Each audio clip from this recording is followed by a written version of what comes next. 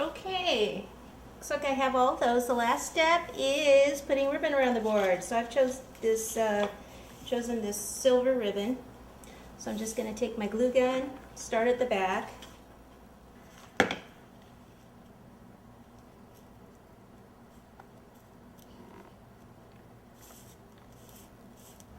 And you're probably thinking, gosh, she should really have that on her turntable. Yep, you're right.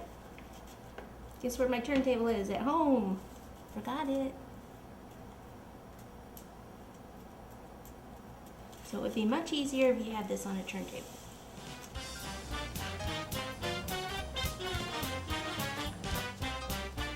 There we go.